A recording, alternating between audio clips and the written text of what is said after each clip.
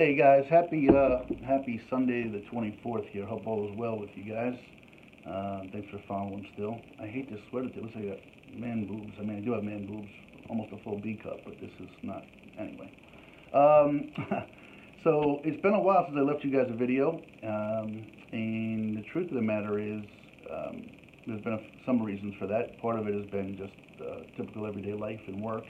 The truth, though, is I probably recorded 3 or 4 videos in that time, and for whatever reason, phone call came in, interrupted it, something changed in my message, or I didn't like the message, and so I deleted them. So here we are today. So I've got a lot of catching up to do, and there were 2 news stories that really jumped out at me.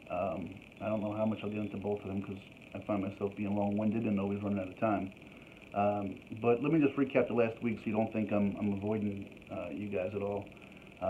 Last weekend, I took my kids up to see their grandmom, which was a great trip. It was a hit and run. I only got up there a day, a lot of driving, but we were able to, see grandma, which was important, and she's doing well. She's out of the hospital and doing well. And then work. Part of you guys that have been kind enough to follow me and support me here knows that when I got back from the journey, I was swamped work-wise, and unfortunately, the nature of the beast has taken over, and I'm back to being inundated. My assistant manager, who I waited for over a month, piggy here. I caught my thumb up. It was like a $9, 99-cent item I bought, which was supposed to help. See, it just wore off. I'm gonna leave that. I could see this is the kind of things that make me redo my videos. Anyway, well, he ended up returning to his previous gig, and so here I am again, doing double duty and trying to get back on track. So it's good though. In fact, one of the stories I want to share about is about exactly that. You might see also I have my Phil Vassar Just Another Day in Paradise hat on, which was given to me as a gift, autographed by Phil, by dear journey friend Susan, who went to the concert at my suggestion and loved it and picked this hat up for me, which was very decent and wonderful of her. So thank you, Susan, for that. So here's kind of one of those weird gym observations. Show you how I know I'm getting old. So I'm sitting here at my desk in my office where I play a lot of music on my phone, and music's a big deal to me. And so the other day, one of my favorite albums, and we don't have albums anymore, back in the day, was Meatloaf, Bat Out of Hell. And so here's a funny thing. The song came on, and I fat-fingered my phone and skipped ahead. And to show you how I know I'm getting old, a song came on from a Disney movie soundtrack called Zombies, which wasn't one of their classics, but my son loves it.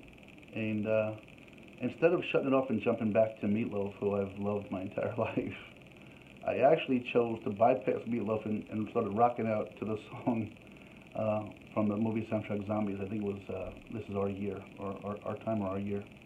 So you know you're getting old when you bypass Meatloaf, all revved up with No Place to Go, in lieu of a Disney movie soundtrack from a movie called Zombies.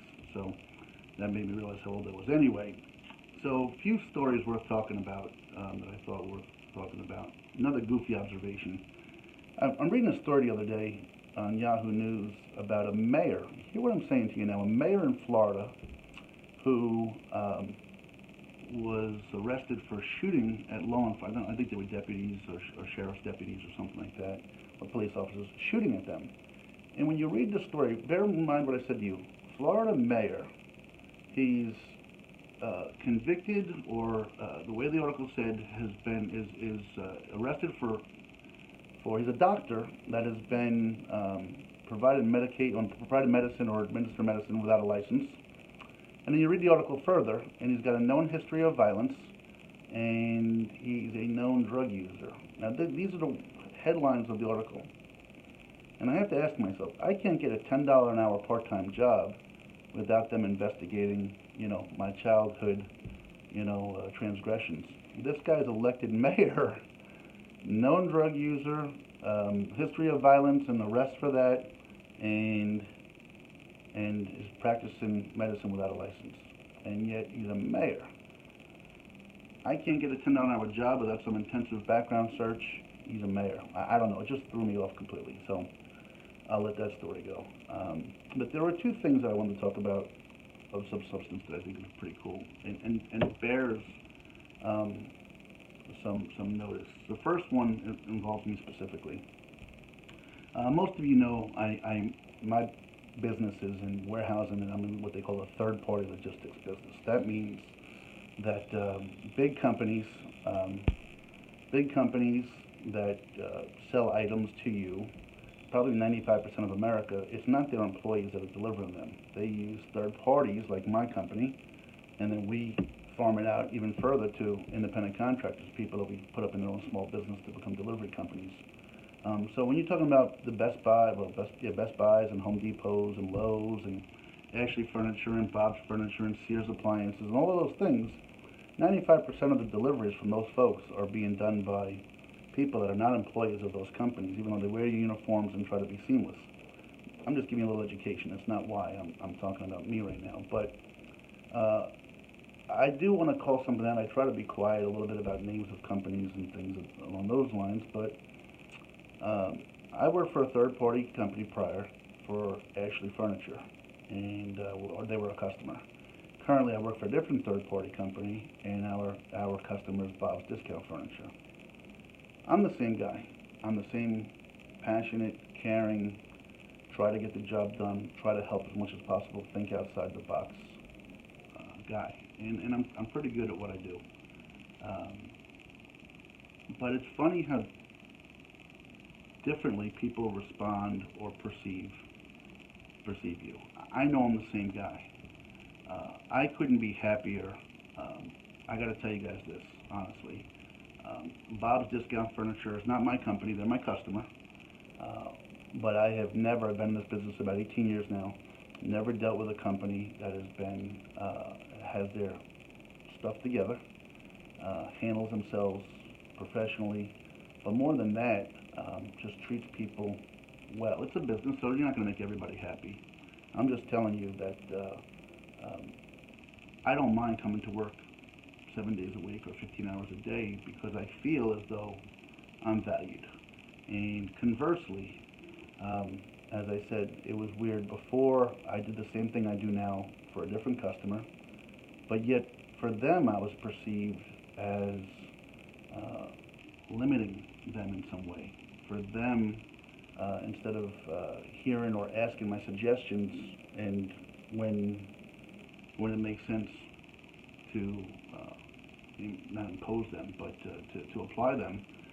My previous company with Ashley Furniture, I was, I guess deemed to be antagonistic or something, because if you didn't just say yes and agree, there was a problem. That's my own opinion. I'm not trying to trash anybody. I'm just saying it's night and day.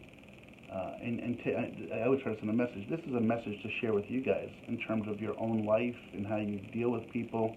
Not everybody, in my own company here loves me. Not everybody driver thinks I'm the cat's meow. But when they feel appreciated and respected, I'm speaking for me, when I feel appreciated and respected, it makes every day so much more enjoyable.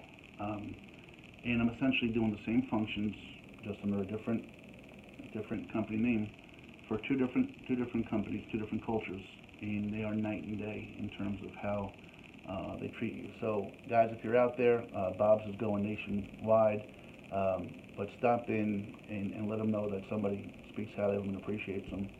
Uh, and it's fun. It's fun to want to work for these folks. I don't want to. Again, I work for not Bob's or not Ashley. I work for third-party companies, and both of them have been very supportive of me. But the one I'm with now has really been receptive and encouraging and empowering, and it's been neat. It makes you want to go give maximum effort every day. Um, but again, the point I'm trying to make is um, doing the same exact thing for two different people, and one perceives you one way and another perceives you a different way. And again, I probably did into my personal life. It's just a strange thing how two people can say the same thing to somebody.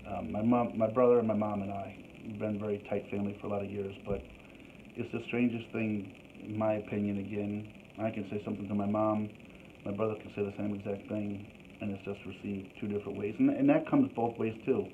They both could say the same thing to me, and I receive it two different ways. And I don't really know why that is, but that kind of leads to my third topic for today.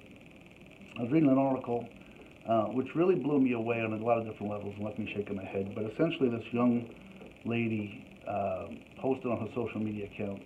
She's dealt with some depression, and I think she alluded to the fact that she has been victimized. I don't know if it was sexually, but have been abused in some manner. So she feels part of a large group of folks that have endured this. Well, when the Brett Kavanaugh hearings were coming out, she had posted on her website or on her Facebook page or some page. No, I'm sorry, her Twitter account, which I'm not very good at. Something along the lines of, ladies, don't F people that support Brett Kavanaugh, something like that. 4 times she was in a kind of angry mood. It was something that hit home with her, and she was pretty livid about it. And social media, as I'm learning and I'm on right now, is really a fascinating world. I mean, you could write books just on social media. So what happened was she got inundated initially with support. And like, wow, can you imagine just posting these videos and the support that these folks are giving?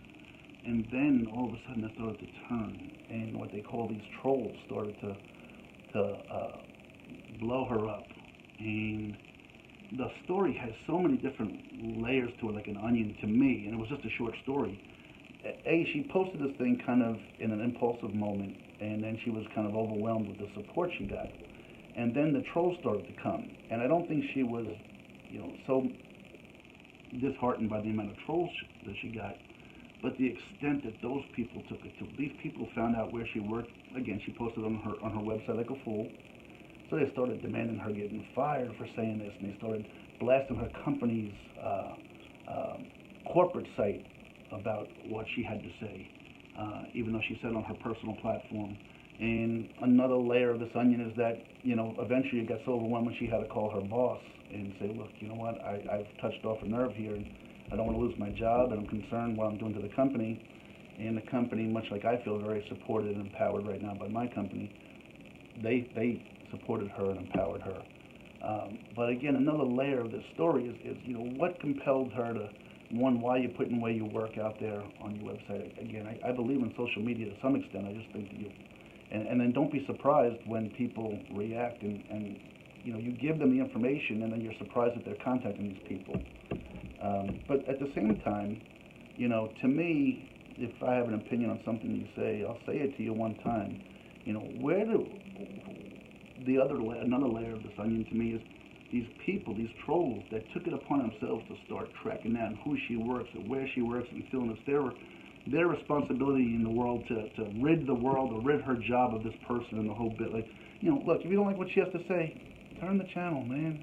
Turn the channel. If you want to, offer a rebuttal, give her a rebuttal on the same platform she did it. Why you got to take it to this level and extreme? And again, if people didn't have the ability to just click on a button and do this, nobody would follow through on this. What social media has done to our world, to me, for all of the good, it's just so, it can be so detrimental, and it's just bizarre to me. So as I said, there were just a lot of layers to this woman. First, I questioned, why do you seem surprised if you put your information out there that people would pursue it? Shame on you. Then there was a layer where, she did get a lot of support and was overwhelmed by that. And then the trolls started. There was the support of her own company for her. And the one part that I thought was really bizarre to me, where she was like, she said something along the lines of, well, at the end, after about a week, people were asking me, why don't you take your account down if you're so worried about your company? And this is where I get that hypocritical twist to the story. She's talking about how she put her company in a bad position. Well, take down your damn account, I think, would solve the problem. But in her words, if I take down the account, then they've won. And this whole they won and this won, get over yourselves, everybody, honestly. And then finally, she alluded to at the end, well, after about a week, once the trolls really thinned out and started going off after somebody else, which I feel bad for the somebody else, she said, I then took my account down. So what's the matter? You didn't give in and let them win, so then you were okay to take your account down? Running out of time. Love you guys. Thanks for listening. Hope some of it makes sense to you. Thanks for supporting, and I'll talk to you soon. Bye-bye.